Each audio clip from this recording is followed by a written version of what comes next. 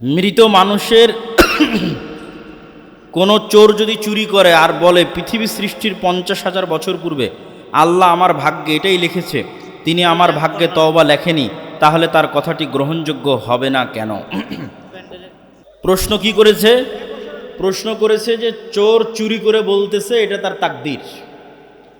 তা এখন আপনি চোরকে বলেন যে তুমি আজ চুরি না করে একজনকে হত্যা করো, দিয়ে আদালতের সামনে দাঁড়িয়ে বলো এটা আমার তাকদীর, দেখো তোমার এই হত্যার ফাঁসি বাঁচে কিনা। আচ্ছা, তাকদীর কি জিনিস? মানুষ তাকদীর সম্পর্কে জানেই না। তাকদীর মূলত আল্লাহর জ্ঞান। তাকদীর মূলত আল্লাহর জ্ঞান। আমার সাথে বলেন তো তাকদীর কি? তাকদীর আল্লাহর জ্ঞান। আমরা মনে করি লিখিত জিনিস, এটা তো অনেক পরে। এটা তাকদীরের 2 নাম্বার স্টেপ।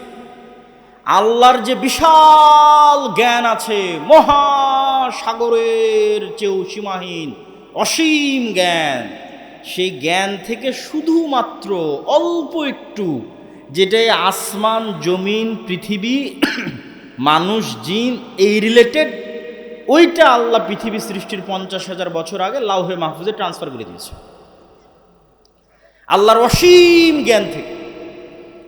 তাহলে লাউহে মাহফুজের সাথে এই সমগ্র পৃথিবী এমনভাবে কানেক্টেড যে এখানে একটা গাছের পাতা পড়লো সেটা লাউহে মাহফুজের সাথে কানেক্টেড। সারা পৃথিবীর কেন্দ্রীয় ডাটা সার্ভার, আসমান জমিন এবং তার মধ্যে যা কিছু আছে তার সেন্ট্রাল ডাটা সার্ভার হচ্ছে লাউহে মাহফুজ।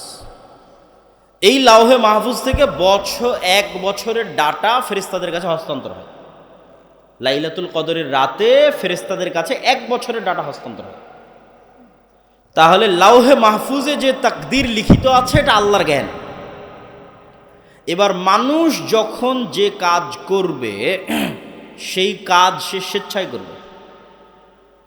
আপনি যেমন একটা গেম যখন ডেভেলপ করেন, একটা সফটওয়্যার যখন ডেভেলপ করেন, ওখানে ফাংশনগুলো যখন ক্রিয়েট করেন, এই ফাংশনগুলো এক প্রকার তাকদীরের মতো, কিন্তু আপনি এটা জানেন না যে কে কখন কোন ফাংশন গ্রহণ করবে।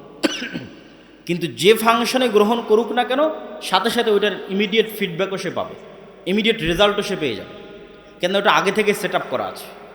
কিন্তু আপনি এটা জানেন না যে আমার কোন প্লেয়ার গেম খেলার সময় কোন ফাংশনটা অ্যাকসেপ্ট করবে, এটা জানেন না। তো আল্লাহর জ্ঞান এত অসীম, উনি একে তো পৃথিবী একটা সিস্টেমের উপর ডেভেলপ করেছে, একটা তাকদীরের উপর ডেভেলপ করেছে, আবার কোন মানুষ কোন অপশনটা অ্যাকসেপ্ট করবে এটাও আল্লাহ জানেন, কিন্তু মানুষ ওই অপশনটা অ্যাকসেপ্ট করবে স্বেচ্ছায়। মানুষ তার পুরো শরীরের সকল শক্তি সকল ক্ষমতা ব্যবহার করতেছে আল্লাহ সুবহানাহু ওয়া তাআলার অনুমতিতে, কিন্তু ব্যবহার করতেছে নিজের ইচ্ছায়।